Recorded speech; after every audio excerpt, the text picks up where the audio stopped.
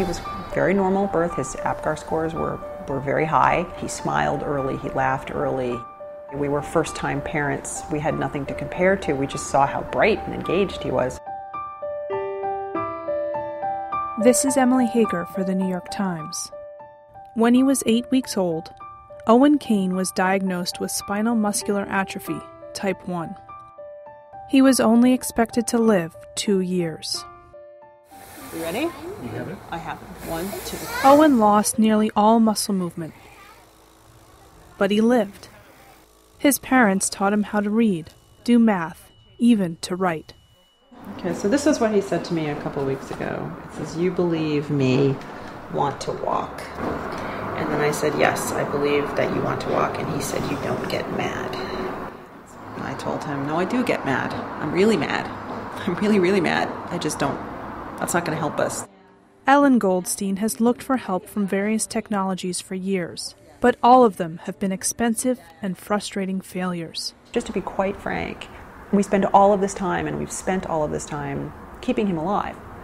And now we owe him, more than that. That's my responsibility, and I can't stop trying to do that. Maybe I'll need to... One day this year, Owen's nurse brought over her boyfriend's iPad. So basically when I've used the iPad with Owen, I put his arms up in the slings because he can move them a little more. And he also has splints that give his arm and wrist more stability. There you go. There you go. Woo! Yeah, very good. I watched him use it for the first time, and he was interacting with the device. He was activating the device. He was pushing buttons and things were happening. I know that sounds silly, but that was a huge thing to overcome in everything we've tried. Like just getting the device to activate with his motion only. Experts say the portability, the touchscreens, and the other built-in features of the newest mobile devices are game changers for people with disabilities. The iPad is one of the more superior devices that we have out there in the market for patients with disabilities to assist them with their daily activities.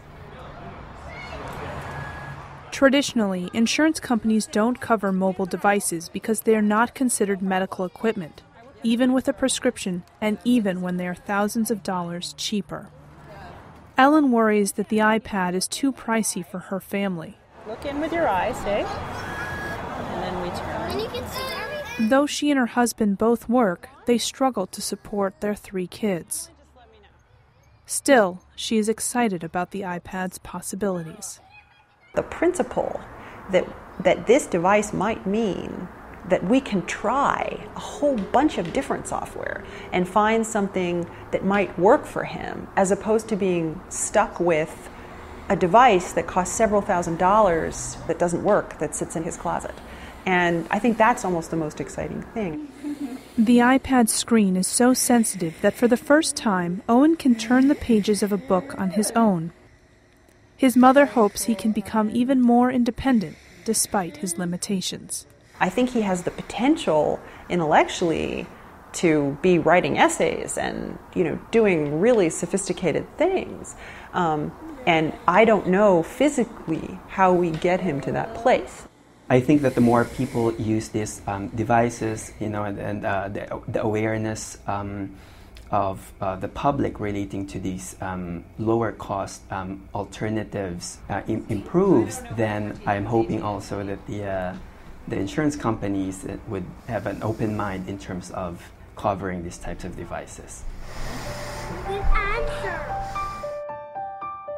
Recently, Owen's grandmother bought him an iPad as a gift. And Owen wrote,